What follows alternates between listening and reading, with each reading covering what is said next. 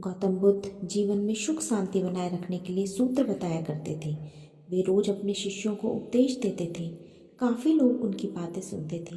इस वजह से लोगों के मन में उनके लिए आस्था थी।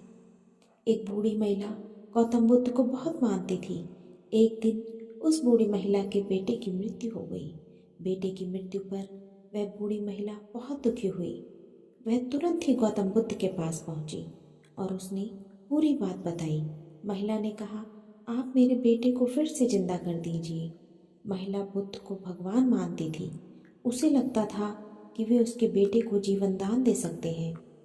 महिला की बातें सुनकर बुद्ध ने कुछ देर सोच विचार किया। सोचने के बाद बुद्ध बोले कि इसके लिए तुम्हें गांव के किसी एक घर से एक मुट्ठी सरसों के दाने लेकर आना होगा। लेकिन एक बात का ध्यान रखना, घर ऐसा होना चाहिए जहां कभी किसी की मृत्यु ना हुई हो। महिला बेटे के मरने से बहुत दुखी थी, तो उसे एक उम्मीद मिल गई कि उसका बेटा फिर से जिंदा हो सकता है। बुद्ध की बात मानकर वह गांव की ओर निकल गई और घर घर जाकर एक मुट्ठी सरसों के दाने खोजने लगी। महिला घर घर जाकर पूछ रही थी कि अगर इस घर में किसी की मृत्यु नहीं हुई हो तो मुझे एक मुट्ठी सरसों के दाने दे दो। जहाँ जहाँ वह महिला जाती वहाँ उसे यही जवाब मिलता कि उनके घर में मृत्यु हो चुकी है।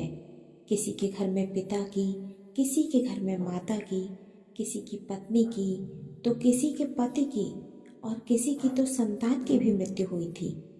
पूरे गांव में एक एक घर में महिला ने सरसों के दाने मांगे, लेकिन सफलता नहीं मिली। अंत में उसे समझ में आ गया कि बुद्ध ने उसे ऐसा करने के लिए क्यों कहा। महिला समझ चुकी थी कि मृत्यु अटल है और सभी को एक दिन मरना है। अब वह बुद्ध के पास लौट कर आई तो उसका मन शांत हो चुका था। बेटे के मरने का दुख तो था, लेकिन उसकी व्याकुलता खत्म हो गई थी। इस प्रसंग में बुद्ध ने संदेश दिया है कि हर एक व्यक्ति की मृत्यु तय है, इसीलिए किसी के मरने पर बहुत ज़्यादा शोक नहीं करना चाहिए। अपनी मृत्यु को लेकर मन में डर ना रखें और दुखी होकर वर्तमान जीवन अपना खराब ना करें। जो हमारे वश में नहीं है उसका विचार नहीं करना चाहिए। किसकी मृत्यु कब आएगी ये सब परमात्मा जानता है। मनुष्य के हाथ में सिर्फ कर्म करना है। उसे उन विषयों के बारे में सोचकर वक्त बर्बाद नहीं करना चाहिए जो बातें उसके हाथ में है ही नहीं।